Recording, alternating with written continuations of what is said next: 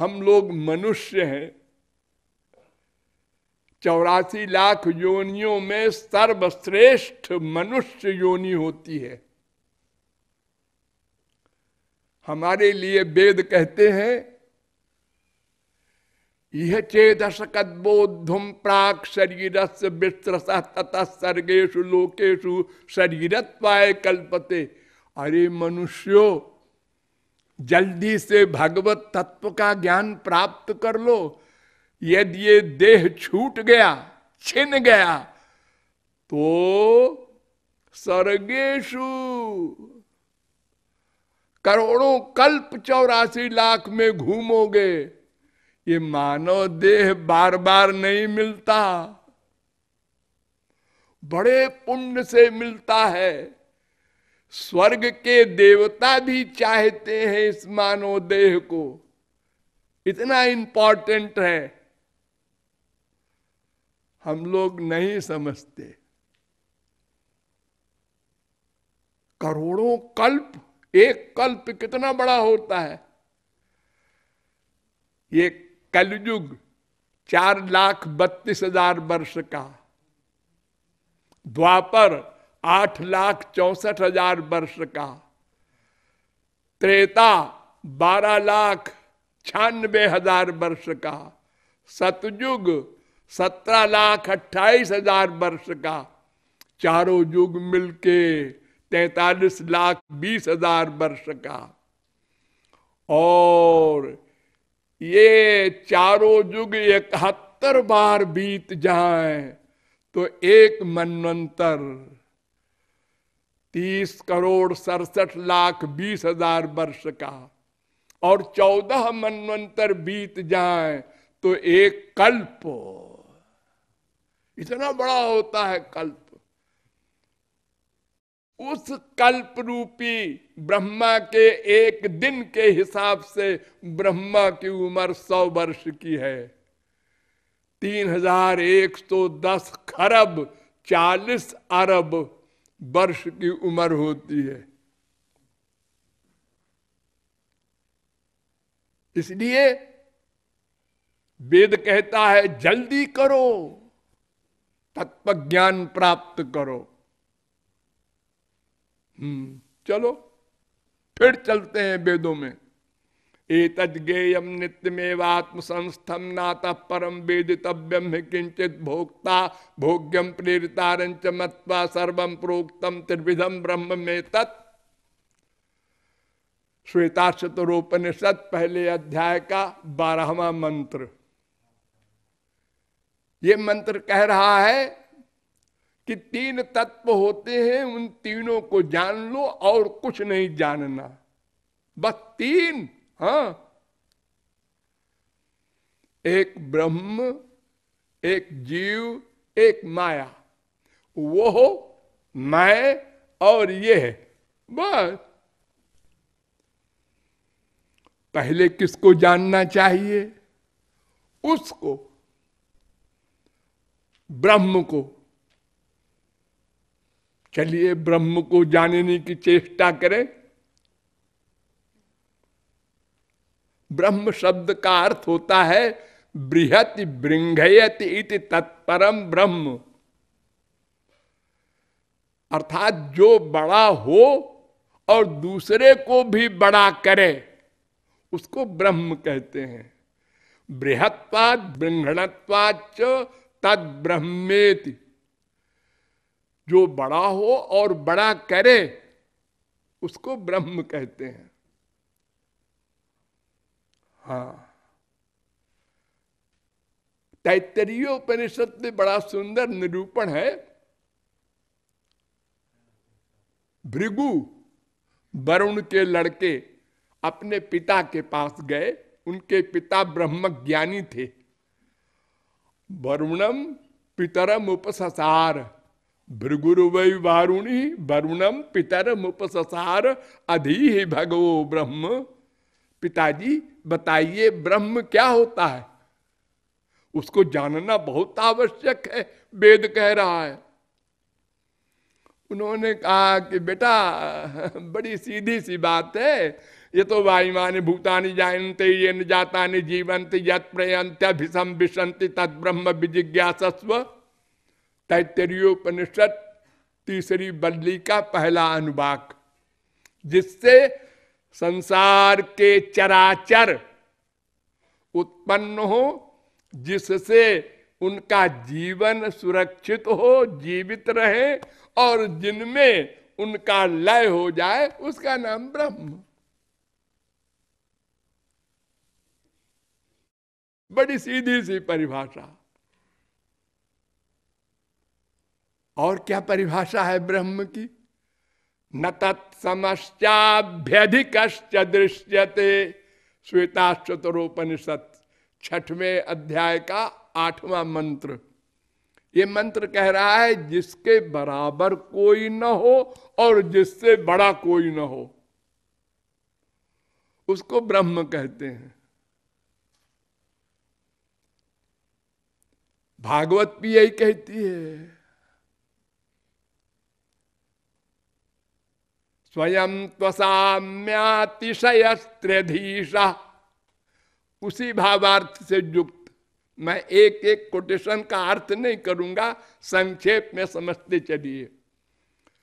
तीसरे स्कंद के दूसरे अध्याय का 21वां श्लोक है, निरस्तसाम्यातिशयेन राधसा। दूसरे स्कंद के चौथे अध्याय का 14वां श्लोक है ये। आप गीता तो पढ़ते ही है, न त्वत्समोस्त्यभ्यधिक कुतोन्य।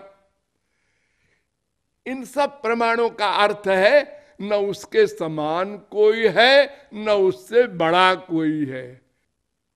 ये ब्रह्म बड़ा का मैंने अर्थ बताया। अब बड़ा करे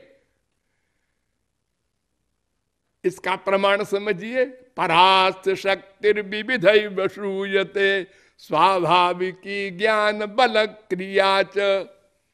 उसके अनंत शक्तियां हैं, बड़ी बड़ी शक्तियां हैं उसके पास।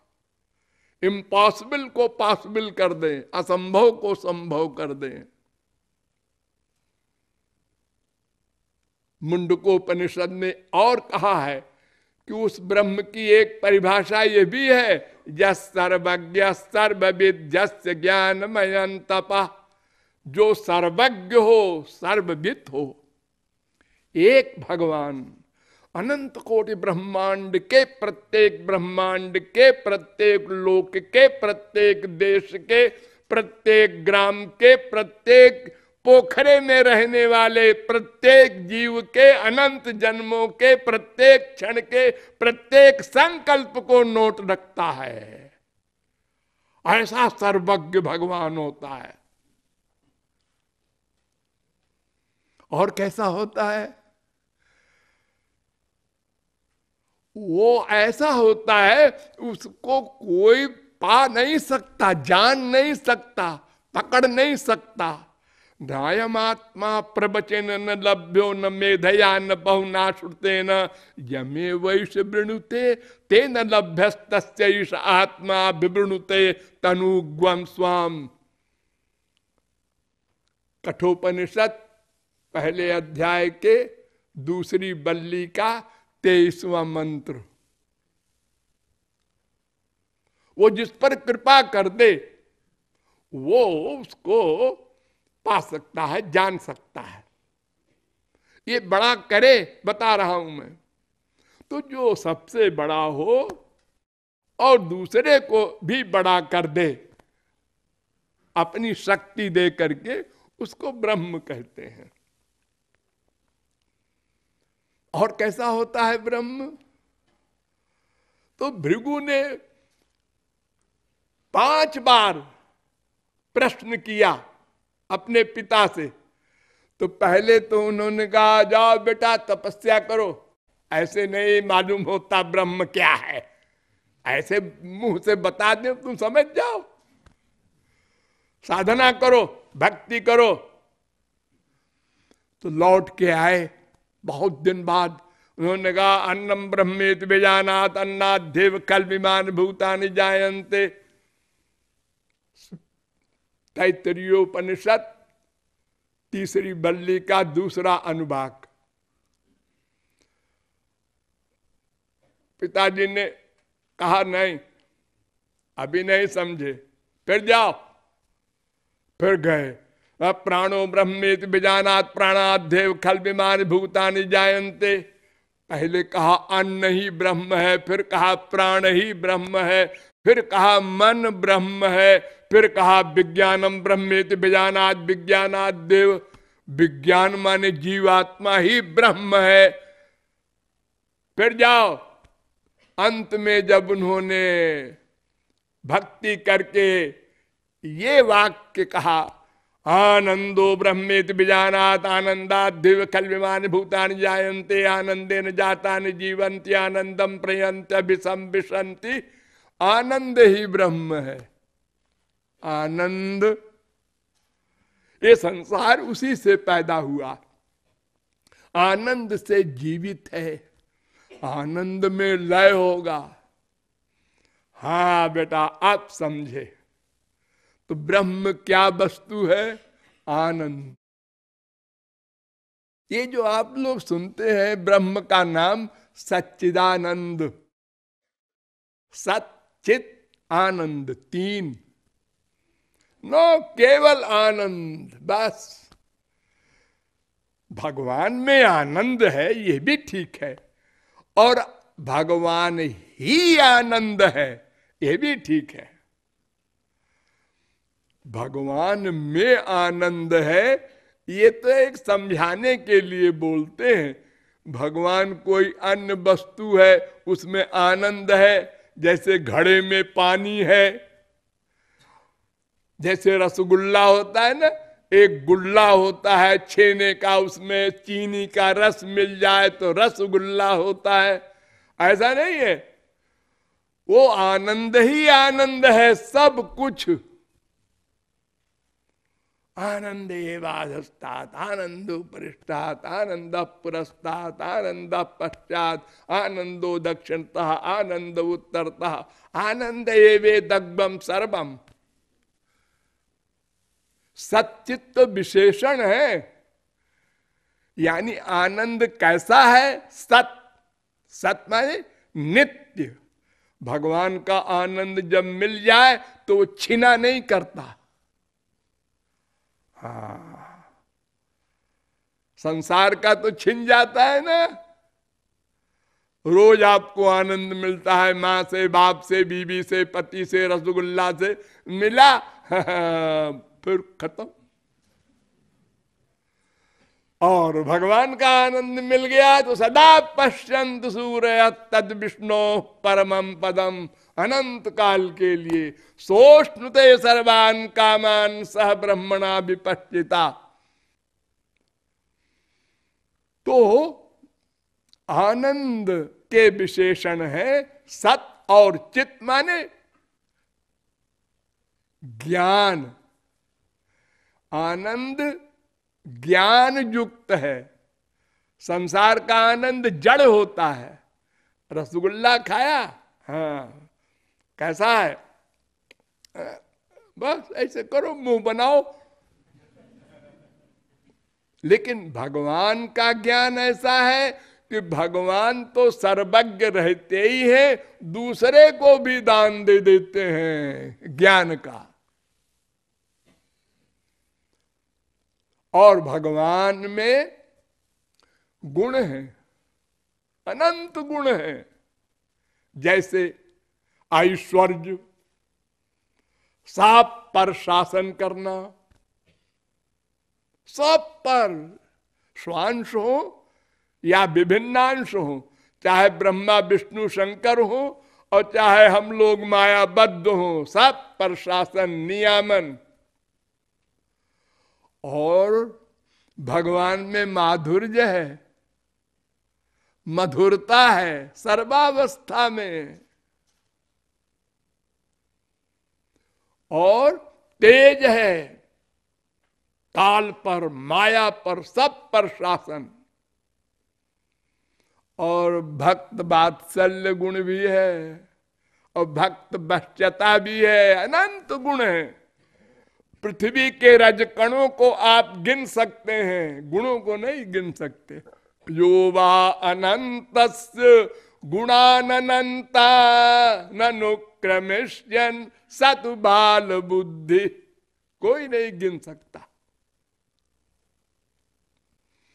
और भगवान सगुण भी है, निर्गुण भी है। सगुण तो है, ठीक है, निर्गुण भी है। हाँ, दोनों कैसे है? नहीं, यस्तु निर्गुण इत्युक्त शास्त्रेषु जगदीश्वर प्राकृतैर्हेय संयुक्तैर्गुणैर्हीनत्व मुच्यते। पद्म पुराण कहता है प्राकृत गुणों से रहित है। ये माइक गुण जो हम लोगों पर हावी है, सत्व गुण, रजोगुण, तमोगुण, ये नहीं है भगवान के ऊपर, उनमें दिव्य गुण है। और सबसे इंपॉर्टेंट बात सुनिए, ब्रह्म के 3 स्वरूप हैं, ध्यान से समझना। वदन्ति तत्तत्त्वविदस्तत्त्वं यज्ञानमद्वयं ब्रह्मेति परमात्मेति भगवानिति शब्दते। पहले स्कंद के 2 अध्याय का 11वां श्लोक। एक का नाम ब्रह्म, एक का नाम परमात्मा, एक का नाम भगवान। 3 भगवान नहीं, ब्रह्म एक ही है, भगवान एक ही है, उसके 3 रूप हैं। उनमें अंतर क्या है जी रूपों में? ब्रह्म जो है उसमें सबसे कम शक्ति प्रकट होती है। प्रकट, अपनी सत्ता की रक्षा करना और स्वरूपानंद, ये 2 तो परमावश्यक है ब्रह्म को भी, और कोई शक्ति प्रकट नहीं होती, इसलिए उसको अव्यक्त शक्तिक ब्रह्म कहते हैं। दूसरा है परमात्मा, ये सगुण साकार रूप वाले होते हैं, लेकिन लीला नहीं होती, परिकर नहीं होते इनके। तीसरा है भगवान श्री कृष्ण, इनका रूप भी है, गुण भी है, लीला भी है, धाम भी है, जन भी है, सब कुछ है, और सारी शक्तियों का प्राकट्य होता है। इसीलिए इनको परतत्व कहते हैं। इन्हीं के अंश शेष सब हैं, परमात्मा भी ब्रह्म भी।